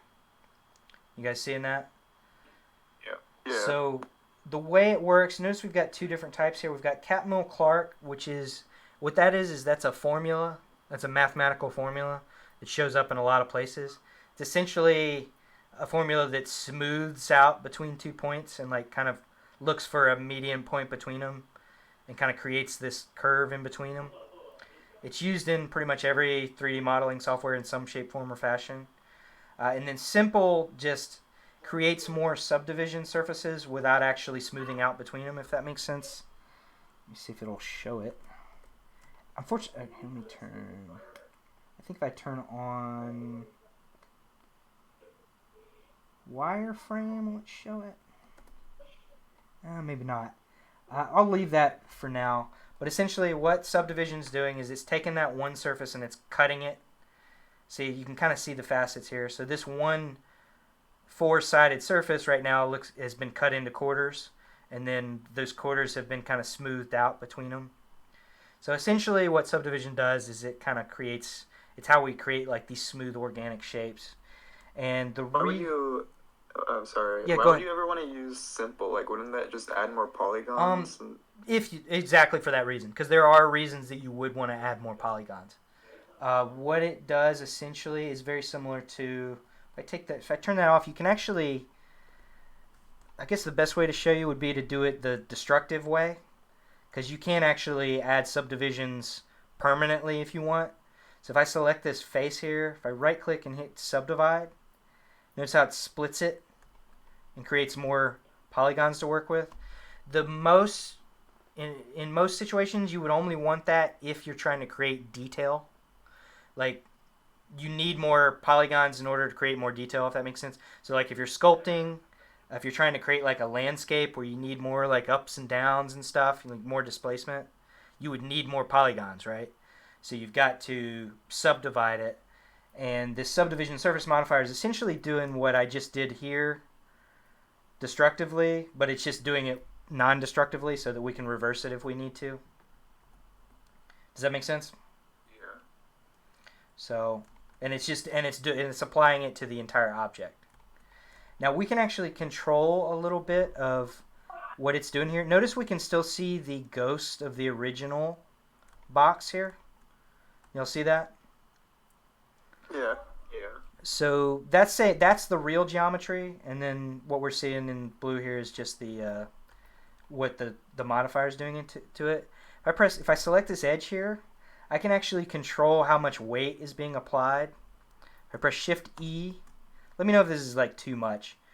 If I press Shift E and kind of pull it, now it's adding more weight to that edge, so it's pulling more from that edge, so we can actually change the shape of the object that way. So like if I grab this one in the middle, Shift E, which actually it's not really doing much there because there's not much to grab. Shift E down here at the bottom. Notice it's pulling it more towards that edge. Can you kind of see how you could actually kind of change the shape of this object to look more like a face that way? Yeah, I'm seeing it. See it? So that's kind of another option I wanted to point out to you guys. It's not, I'm going to undo that because I don't need to do that with this guy just yet. I guess the reason I'm showing you this is to show you kind of more of a sculptural approach to this. You know, characters in particular can be a little tricky that way. And then if we want to, say we like this geometry and we want to be able to do more with it and we want to go ahead and apply it, we can go ahead and go back to our modifier. So we select our object, go to the modifier menu here, and we can actually go to select the modifier here, go to this little drop down, and see it says apply. We could also just make sure that the modifier is highlighted here and press that keyboard shortcut it says right here, Control A. If I press that, it's going to actually apply that modifier. And now it has actually been cemented in place. The problem with that being I can't change it anymore, but it also can, you know, there is going to be a point in the modeling process where you're going to kind of need to go ahead and apply your modifiers. Same thing with the mirror here. So now all of that is real geometry, so if I go into edit mode here, I can actually go ahead and start manipulating those vertices again. It's like applying transform or scale. Yeah, it's very similar to that. So like it's not real until you apply it. Does that make sense? So it's good for kind of preventing mistakes, but eventually you will need to apply it so it becomes its own thing. I mean, but honestly, you can almost get away with leaving the modifiers on there until like you're ready to export it out of the program. You know, if you get good enough with modifiers and you get good enough with the stack, you can often get away with, not having to apply them until like the very last step. So, we good so far? Yeah. Yep. So, and notice how much quicker that was to create that head shape than, say, maybe going in here and having to actually draw out each individual vertex would have been. Which I am going to show you guys kind of how to do that, though, because there are applications for that. But so now we have a quick head shape that we can work with. Now we could, say, grab these faces on the bottom, maybe. And would mirroring be like one of the last things you want to apply? Yeah, I would say most of the time, yeah. As a matter of fact, usually I'll even keep like a version of it that still has the modifiers applied, just in case I decide I want to go in and fix something. You know what I mean? Just so I don't have to, because now with it applied, now if I want to fix one side or change one side, I've got to change both sides. Having said that, there are these options up here for when you're in edit mode that allow you to mirror across the axis. So there is some ability to do that here, but once we start making cuts and stuff, sometimes it breaks that, if that makes sense. Like it stops being able to read what the x-axis is. So I wouldn't rely too much on that, but there is some ability in here if you use these little X, Y, and Z up here at the top right-hand corner. And what that's doing is... options don't work with other modifiers, right? They will to an extent. Like, let me just go back. Oh. By and large, I would suggest using the modifier over these when you want to actually mirror across an axis. This is more for like if you just need to move some stuff, like if you're just trying, like I just want to kind of tweak these faces. Like I wouldn't do all your modeling like that because sometimes it'll break. Like it'll stop recognizing. I can't really. It's hard to explain until you see it happen, and then you're like, crap, the modifier's not like this option's not working anymore. So by and large, I would say use your modifiers. Modifiers are much better. So let's get back out of here. So as a matter of fact, I'm just going to delete this because I want to show you one other thing. I showed this, I think, to Max a little bit last time after Louis left, but I don't think it was on the recording or anything. And that's how to. What if we do actually literally just want to draw out vertices? Okay. Hang on. I actually got to head out. Do you? Really quick. Yeah, I got something to go to. Thank you so much for this. Yeah, really no problem. Do you have any questions or anything before you go? Good to go? I'm good. Thank you. I guess, did you try to apply some of what we learned this lesson to your current chicken? Or, Yeah, I'll try to do it, like, again, without all the, like, knife cuts and stuff. Yeah, that's good. And I'll show you guys, too, next session maybe how to go in and actually edit the mesh that's there to kind of fix some of that stuff if you want to just, work with what you've already got and edit it. So we'll get to that. Thanks for coming. Okay. Yeah, thank you. See ya. See ya. Okay, how are we doing so far, you guys? Pretty good. Pretty Yeah, good. Good. Tyler, you feeling good? Don't feel like I'm throwing you in the deep end here? Oh yeah, no, I'm following just fine. Okay. So let's see. Is there anything that y'all are you really confused on that maybe you want to make sure that I cover this session to get you to where you can model this guy? Louis, is there something you want to see? So, can I use extrusions with the subdivision modifier? Mm-hmm. Yeah, you can. Let me go back to this guy. See if I can get him all the way back to... Okay, so if I go ahead and go into edit mode here, so I have a mirror modifier applied and then I have a subdivision modifier applied. If I go and select this bottom face and extrude it out, you see what happens there? It creates more geometry. So like if I grab this face, extrude it out, now I'm starting to see something that's starting to look a little more like a body or something. Yeah, but you can't extrude the subdivisions because that happens. You're extruding. You can't really extrude. You can't like grab one of these faces, like these little, because they're not technically real yet. Right. If that makes sense. So you're still extruding. Like I can turn this off, and you can still see the original geometry. Does that make sense? So what you want to do is you want to think general to specific. You know, you want to start general. I just want the overall shape of my guy, right? Like, don't worry about details. Don't worry about even fingers, really. Just focus on getting the head, the body, the limbs. Then you'll start zooming in on, okay, now I need to add fingers. Then I need to add, etc. Eyes or whatever. Try to work general to specific. So work big to small, and then you gradually tweak down in. It's usually a lot faster to work that way. Now, I will show you the alternative, because I have seen some people teach this method. Personally, I think it's slower, but it also is maybe a little more beginner friendly. So, what if we just wanted to literally trace this guy? Okay. So, first thing I'm going to do is I'm going to go back to my add-ons and show you another add-on that's good to make sure you have on.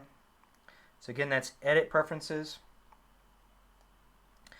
And then we're going to go to our add-ons tab here. And I'm going to search for Extra. And we're going to make sure that we have Extra Objects selected. We've got two different versions. We've got Curve, and then we have Mesh. Okay. Primarily what we need right now is the Mesh, but I can go ahead and apply Curve as well. Do y'all know what the difference between a curve and a mesh is? Have y'all heard that? Are you confused at all about that, probably?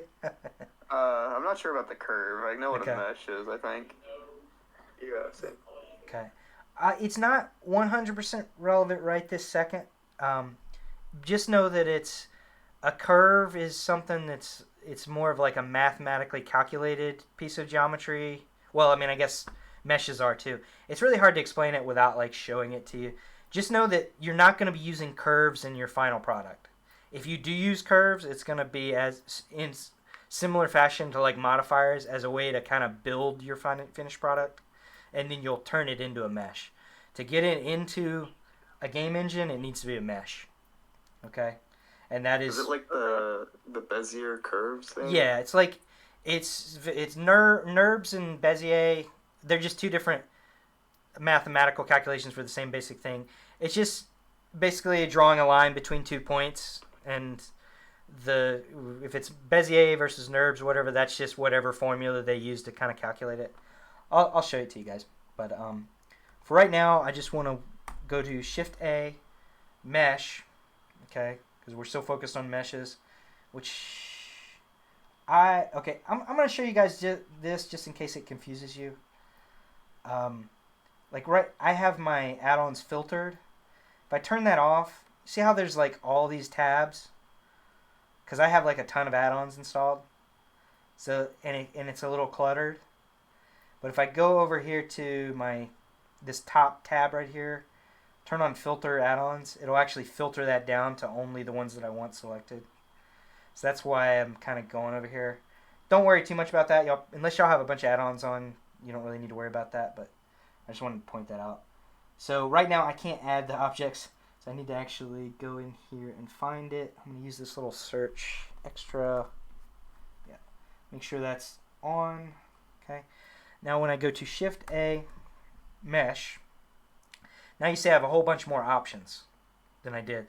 Like with that add-on off, there's just like kind of your basic, there's plane, cube, sphere, all that. I'm going to go extra add-ons, and I just want to make sure that I have Shift-A, Mesh, and then there's a single vert.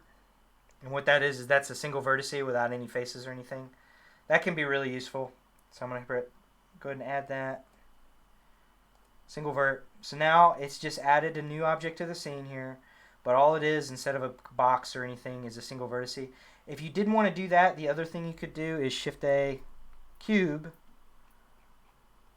Although I'm not... What the hell? For some reason, it didn't add it. Cube. Oh, it's because I'm in edit mode, that's why. Shift-A, add cube. Why in the heck is it not working? What's going on here? Oh, you're still in edit mode. Oh, sorry. Shift-A, add cube. And we can use another little edit tool. Now if I go back into edit mode with the cube selected, I can make sure with everything selected, I can press M on the keyboard. And that's going to bring up our merge menu, which actually is going to be really useful in general for modeling. So merging, what that's doing is that's taking two separate pieces of geometry or whatever and doing like the name says and merging it together. Generally, it's working with vertices. So if I press M, go to merge at center, that's going to take all of those vertices that I had selected and just merge it right down to the center. Now we only have one vertex. You can hardly see it right here. Okay. So what I want, were y'all able to get that far? Do you know how to get just a single vertex in? Yeah. Excuse me. Yes. I think I might still be a little bit sick from last week. Okay, so the reason I did that is because I want to show you guys kind of how to just draw with vertices, essentially, if you find that more useful. So I'm going to take this vertex here. I'm in edit mode, GZ. I'm going to move it up a little bit, just so it's on this guy's, right at the bottom of this guy's face. I'm in an orthographic mode. Okay, in the front view, orthographic, because I want to line it up with this guy. You guys, especially as beginners or newbies, you may find this a little easier. I'm still going to use my mirror modifier though. Oh, dadgummit. Y'all want to keep going for a few more minutes, or do you want to? I can like finish this last part that you're doing. Yeah, same. Okay, cool. All right, so I'm going to go ahead and turn on my mirror modifier. We won't really see much difference right away, but I'm going to go ahead and activate it. And you see it's on x-axis.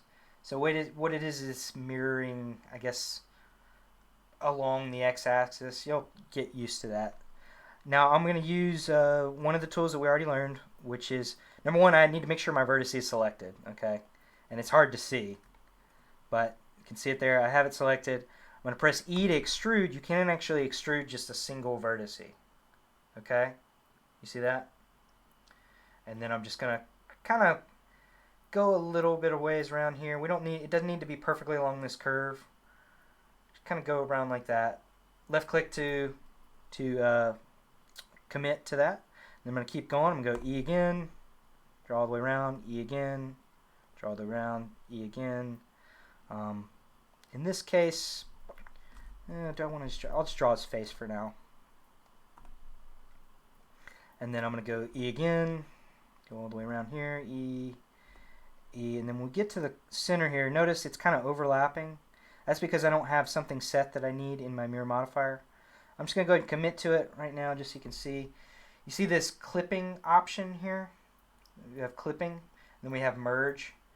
We need to make sure that both of these are active. Okay? And clipping, what that's going to do, if I go ahead and press G to move it again and get kind of back towards the center. Notice when I get to the center, all of a sudden they snap together. Okay, so now it's basically putting those two vertices together when they get to the center of our mirror. We need to make sure that that's active whenever we're using this to mirror across. And then merge, this is just the distance at which it's actually going to read that and merge it together. If that makes sense. Y'all understand that? Okay. Mm-hmm. Okay, so now you can still, it's hard to see, but now see I've drawn out this flat shape, kind of representing his face. Notice it is flat though. It's not like I haven't created any sort of 3D geometry of it yet. And it's also an n-gon too.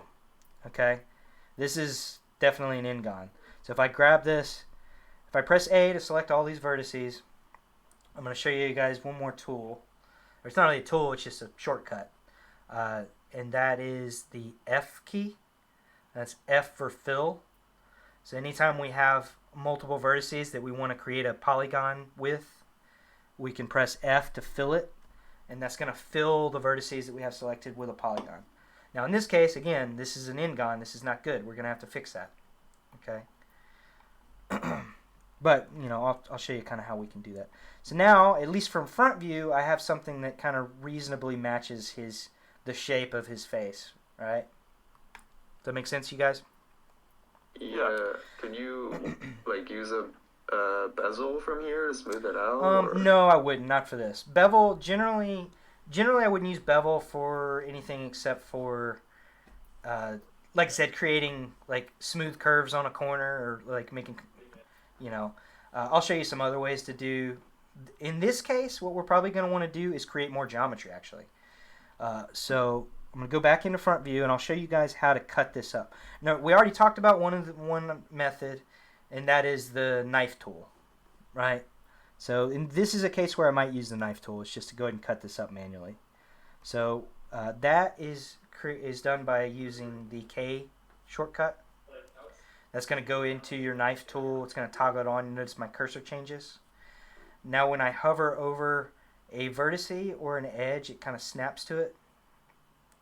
You do want to be careful with this and make sure that you are actually drawing from vertices and not cutting through edges, because we want to try to keep our topology good. So I'm going to kind of hover. I'm going to go over here. I'm going to hover over this vertice right here, make sure it snaps to it. Left click, and now it's going to have started a cut, and now I can take it anywhere I want. So we're going to try to shoot. For this, let's go ahead and I'm going to go ahead and snap down here. This, you can be a little messy here. I'm not expecting you guys to be perfect modelers yet, okay? Don't worry too much about the ingons. I'm pointing it out so you guys understand. But if you feel like you need to do some messy topology, don't worry about it. Okay, so I clicked this top vertice here, and then I clicked again on this bottom vertice. Notice I'm still in the knife tool. If I want to go ahead and commit to that without making any more cuts, I can press enter, and now it has cut that out. So now I have a nice cut along here.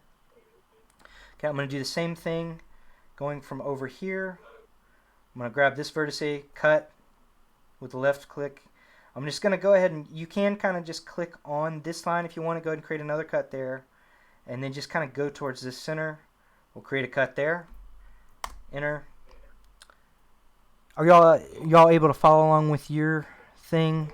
I haven't done the vertice thing. I'm just watching you. But I'm just watching. Are you guys good? Do you want me to give you guys a second to mess with this first? Just to make sure you're doing this to. I'm doing it to create break more. it down in quads. Or... Oh, here, tell you what. Let me just speed through this, and I'll show you kind of why. Let's just grab this.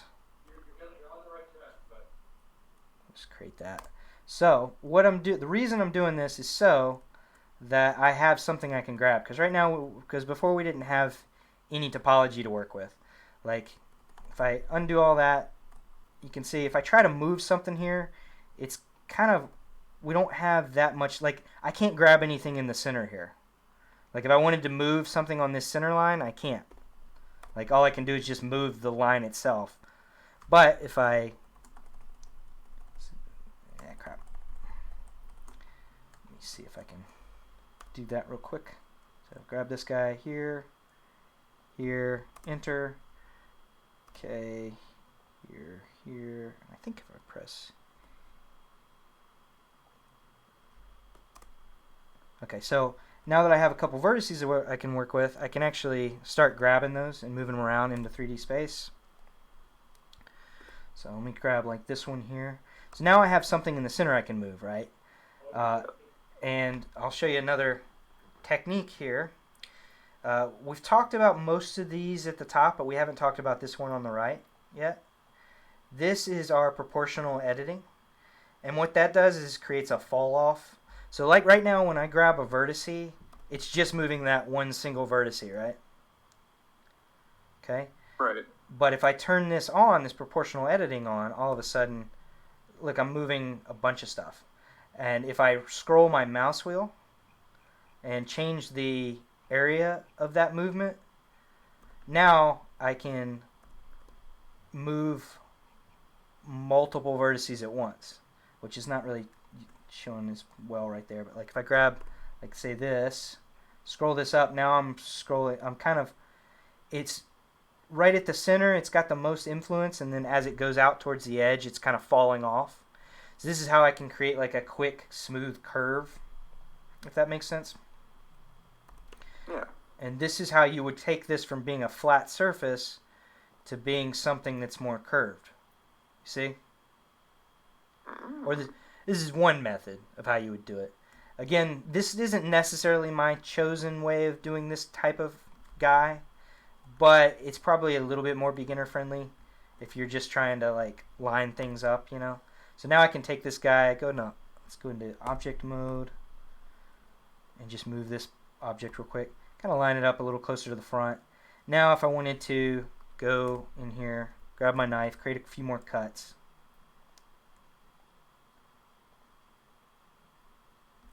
Press enter. Now I grab this guy, do the same thing, go into side view, G, Y. Now with my proportional editing on, I can kind of smoothly adjust this. Does that make sense? So that it starts to match that curve. So I can roll that down. And now if I wanted to take this whole, undo. Take that like whole edge maybe. Go into edge selection mode. Grab these two on the top and this one. Extrude it up. Press E. I can kind of extrude it up. I'll go ahead and constrain it on the Z for right now. That adds more topology. So if I wanted to kind of keep modeling around that way, I could. Okay. So this is just to show you another option. You can kind of see why I would prefer to just start with like an already rounded shape and just adjust that, because it might be a little less tedious. But if this suits you more, this is a perfectly relevant way to model something, or at least to get started with something, especially in a case like this where you're trying to do a character based on a turnaround, if that makes sense. So I just kind of wanted to show you guys that. Now notice I've got some weirdness going on with the topology. Okay, go ahead and drag this out. Okay, now I've got all quads except for this guy right here. What I would probably do here is actually cut right here on this line, cut over here, and now I have 4 vertices there, and I would kind of more make it a little bit closer to a square. Okay, so now I don't have any triangles there. Again, triangles aren't really evil per se or anything. They're not bad. Quads is going to be generally better though in most situations. And I would say if you're still confused about why that is, just do a little Googling, watch some YouTube videos. They'll explain it better than I can. Okay. So, any questions? Anything I can go ahead and point to? Are you curious about any other ways to cut it up or to fix something? So based off everything you've shown today, do you think is the homework to model our character, or I would say, are we able to do that at this point? I would say try, but be prepared for it to suck. Okay. Okay. Be prepared for it to suck. Run into some issues, and then let me know what your issues were. Okay. Gotcha. Can we contact you throughout the week? Oh yeah, absolutely, for sure. Yeah, if you got an issue, let me know, and I'll try to help you fix it. Okay? Because I want to get you guys modeling. I don't want you to just be watching me model. Right. And I'll try to work on this guy myself and do it the way I would do it. And as things pop up, I'll try to, we're getting into the meat of things. Like the stuff I've shown you by now is a good percentage of what you're going to use to actually model stuff. Everything else you run into is going to be like a case-by-case basis where it's just, oh, how do I do, this curve on this, what's the best way to do this? It's kind of like an 80-20 thing where 80% of your work is just foundational stuff like this, and then you're going to run into very specific cases where I can't figure out how to do this one thing, or what's the most efficient way to do this one thing. So we're at a good point now for you to start messing around with stuff. Okay, cool. I may have missed. It's possible I missed a couple foundational things you may run into. Just let when you run into an issue, go ahead and contact me, and I'll try to walk you through it. Okay? Because I don't have a specific lesson plan for all this crap. I'm winging it. So we'll get through it together. Okay? Y'all at least feel more confident with the program. You feel like you could go on YouTube now, watch a tutorial, and not be completely confused by everything they're doing. Yeah, absolutely. That's the main goal, right? So, but yeah, go ahead and using what we've learned so far, go ahead and give doing these characters a shot. I fully expect you to run against a roadblock. Don't get frustrated if you do. Just when you do, come to me. We'll figure it out. Okay? Okay, cool. All right. Well, I think that's probably a good stopping point for tonight, you guys. I appreciate you. Thanks for showing up. Louis, sorry. I should have mentioned to Max. Sorry for standing you guys up last week. It was a bad week. Okay. I was sick and I was busy and I just forgot. So, if you're still there. All right. Thank you for the session. Do you have any other questions, Tyler, before we sign off? No, I think I'm good. Okay, for cool. the moment. All right. Well, just let me know if you got any issues. Okay. Okay, cool. All right, you guys. Louis, I don't know if you can hear me. You're muted if you are. I'll catch you later. Thanks for coming. Okay. All right, you guys. I'm gonna sign off. All right. See ya. See ya.